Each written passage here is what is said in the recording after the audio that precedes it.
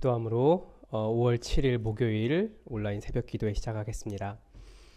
사랑이 많으신 하나님 아버지, 우리를 하나님의 평안으로 인도하여 주시고 하나님 붙잡고 살아가도 넉넉하게 이 삶을 살아갈 수 있도록 도와주셔서 감사합니다. 어제도 은혜였으며 그제도 은혜였으며 또 오늘 살아갈 하루도 은혜임을 고백합니다.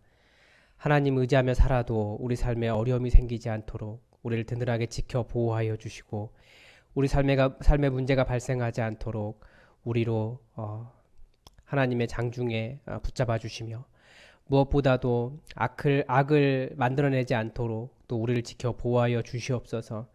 악한 자가 넘쳐나는 세상이지만 이 가운데서도 그리스도인의 양심을 지키고 말씀을 삶에 써가도 우리 삶에 어려움 당치 않도록 주여 도와주시옵소서. 주께서 함께 하시며 도우시며 지키시기를 간절히 원하오며 예수님의 이름으로 기도드립니다. 아멘. 오늘 우리에게 주신 하나님 말씀은 시편 7편의 말씀입니다. 시편 7편의 말씀입니다. 제가 하나님의 말씀을 받들어 읽겠습니다. 여호와 내 하나님이여, 내가 주께 피하오니 나를 쫓아오는 모든 자들에게서 나를 구원하여 내소서. 건져낼 자가 없으면 그들이 사자같이 나를 찢고 뜯을까 하나이다. 여호와 내 하나님이여, 내가 이런 일을 행하였거나 내 손에 죄악이 있거나 화친한 자를 악으로 갚았거나 내 대적에게서 까닭 없이 빼앗았거든 원수가 나의 영혼을 쫓아 잡아 내 생명을 땅에 짓밟게 하고 내 영광을 먼지 속에 살게 하소서. 여호와여, 진노로 일어나사 내 대적들의 노를 막으시며 나를 위하여 깨소서. 주께서 심판을 명령하셨나이다. 민족들의 모임이 주를 두르게 하시고 그 위 높은 자리에 돌아오소서. 여호와께서 만민에게 심판을 행하시오니 여호와여, 나의 의와 나의 성실함을 따라 나를 심판하소서. 악인의 악을 끊고 의인을 세우소서.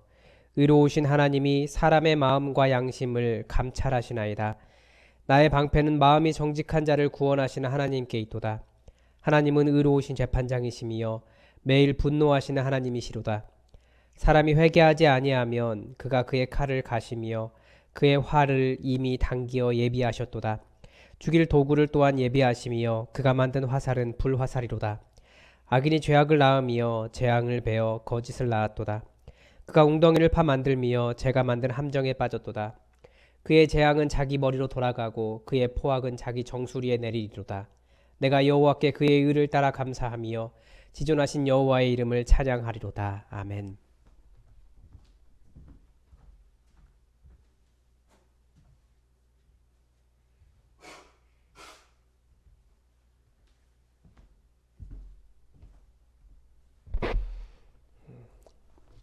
오늘 정직한 마음이 필요한 이유라는 제목으로 하나님의 말씀을 증거하겠습니다. 제가 철이 들고 난 다음에 교회에 대해 생각할 때마다 부끄러운 일들이 참 많았습니다. 아무리 아직 성화되지 않은 그리스도인들의 모임이 교회라고 하지만 정말 아주 단순한 도덕, 누구든지 인정하는 윤리적인 수준도 갖추지 못한 상황을 볼 때마다 참 안타깝고 마음이 아팠습니다. 아마 대표적인 것이 목회자의 성적인 타락일 것입니다. 그리고 재정에 대한 비리도 많이 있었습니다. 최근에는 정치에서 두각을 나타내신 분도 있죠. 그래서 교회가 이단과 무슨 차이가 있느냐 이런 이야기를 듣기도 합니다. 또 최근에는 훈련한다고 인분을 먹인 교회가 있었습니다. 그래서 인분교회라는 닉네임도 만들어졌습니다.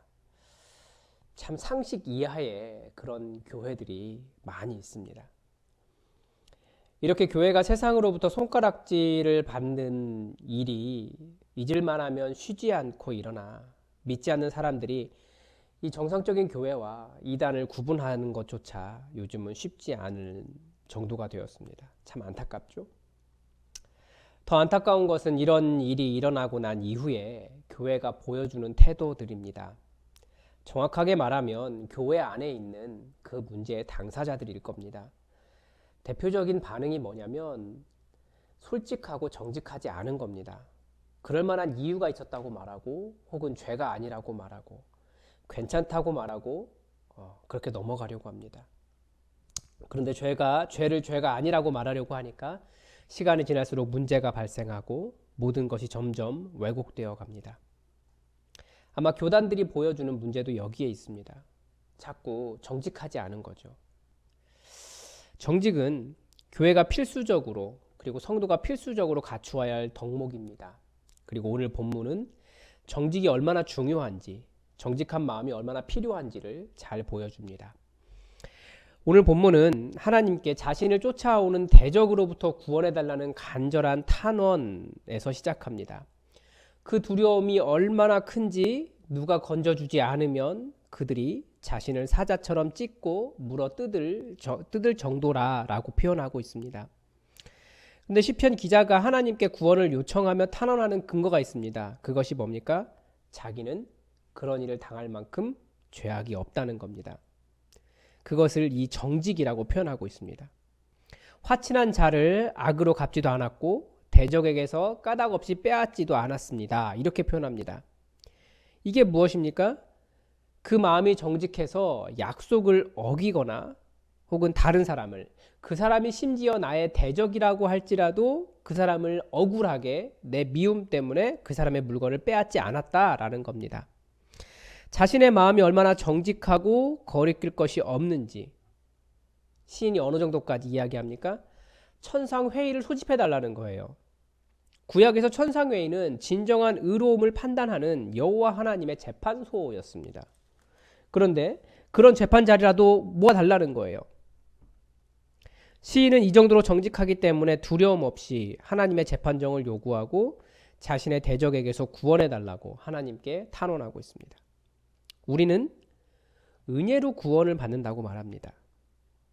여기에서 은혜가 나의 공로 없음을 의미합니다. 그런데 이게 약간 잘못 사용되고 있는 것 같아요. 나의 공로가 없다고 해서 내 구원 받는데 내가 어떤 일을 공로가 없다고 해서 내가 정직하지 않아도 무조건 하나님의 구원이 있다는 것을 의미하지는 않습니다. 그런데 문제를 일으키는 사람들은 항상 이야기하는 것이 그러함에도 나는 구원받았어. 이것을 계속해서 이야기한다는 거죠. 나의 공로가 없다고 해서 내가 정직하지 않아도 무조건 하나님의 구원이 있다는 것을 의미하는 걸까요? 그렇지 않습니다.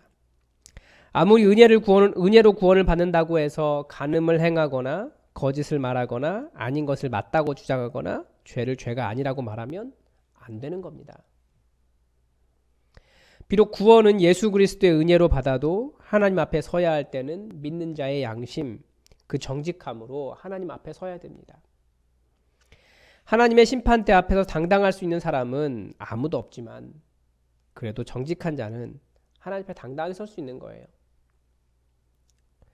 시인이 하나님의 천상 재판정을 정해서 정직을 이야기한 데는 또 다른 이유가 있습니다. 10절입니다. 나의 방패는 마음이 정직한 자를 구원하시는 하나님께 있도다. 이것이 바로 시인의 믿음이었습니다. 그리고 하나님 앞에 서는 모든 사람, 하나님의 구원을 바라는 모든 사람의 믿음입니다. 이것이 참 어렵죠.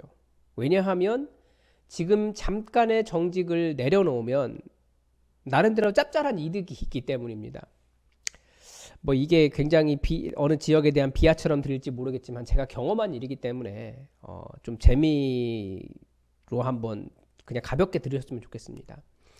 제가 서울에 있을 때 느꼈던 건데요. 제가 나름 부자 동네에 살지 않았습니까? 제가 부자로 살진 않았지만 그런데 부자들은 확실히 알뜰한 습관을 가졌더라고요. 부자가 된 이유를 알았습니다. 이 유스센터에 봄에 화단에 꽃을 심어 놓으니까 밤에 다 캐가더라고요. 그리고 작은 퀼트 가게 앞에 그 작은 화분으로 아름답게 꾸며놨더니 역시 밤에 다 집어가셨습니다. 서울은 교회에는 화분을 앞에 두지 못해요. 밤이면 다 없어집니다. 재미있게 이야기하려고 한 것이지만 작은 이익 때문에 정직을 버린 그런 모습들을 많이 보았습니다. 그러니까 사소한 정직함을 내려놓으면 아름다워지나요?